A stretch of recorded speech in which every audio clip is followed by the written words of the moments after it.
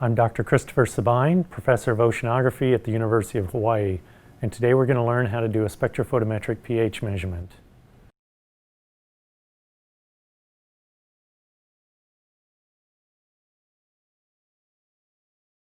There are several components to the system that you'll need to get together before you do the measurement.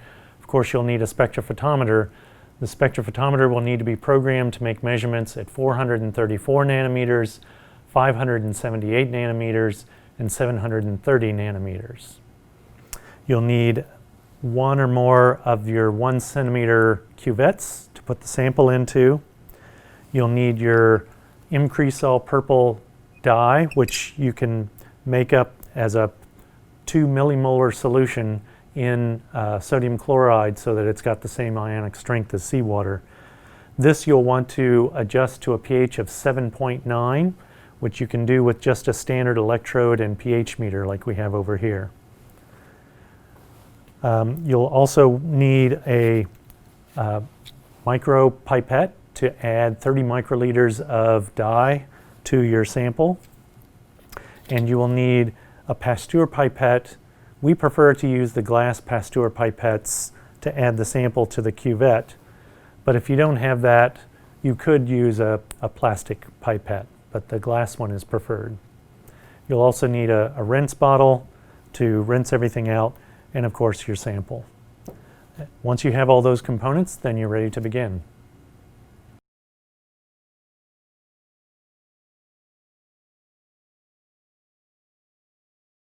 First step is to introduce the sample into the cuvette. Remember that pH is sensitive to gas exchange, so you want to work quickly and not open the sample until you're actually ready to run it. But we are ready to run it, so we'll open the sample. And the volume that we use is not super critical, but it's nice to do something consistent. So what I do is I add sample using the Pasteur pipette up to the shoulder of the cuvette. Now we want to rinse the sample in the cuvette.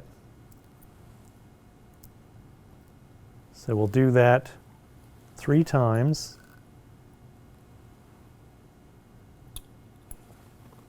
And now we're ready for our actual sample. So you try and add it without introducing bubbles, because that will change the gas exchange.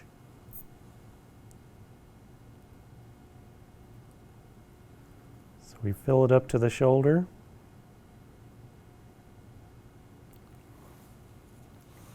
Once you have that, you're going to put this into the spectrophotometer and tell it to measure. So it's measuring at 434, 578, and 730 nanometers. You want to write down each of those values.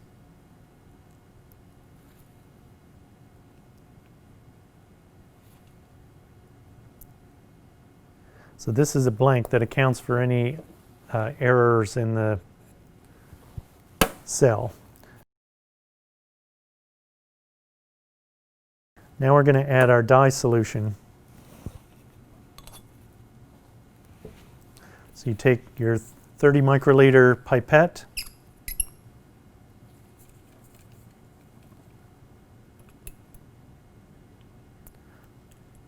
pull out the dye, and add it to the cuvette.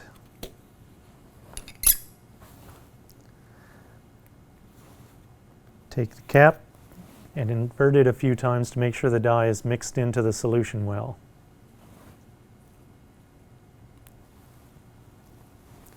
Then put it back into the spectrophotometer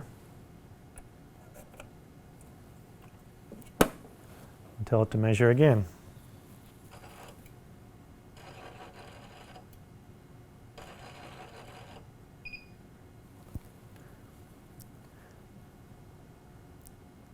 Ideally, you want these values to be between 0.2 and 1. So you see our readings are in the proper range. Okay, we take the sample out. Next, we record the temperature.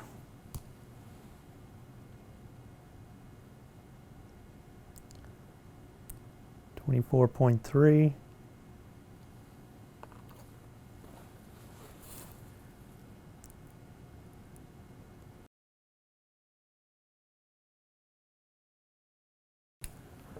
Okay, now we're done. All we need to do is to use our computer to calculate the pH, and you'll be ready to move on to the next sample.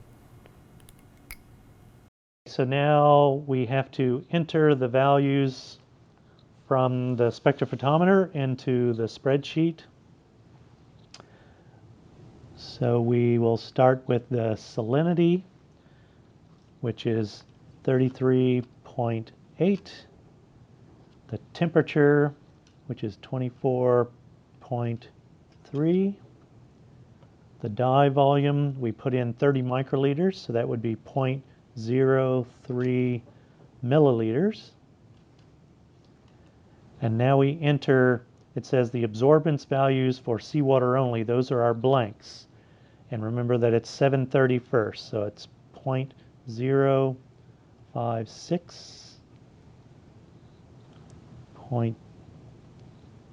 0.054,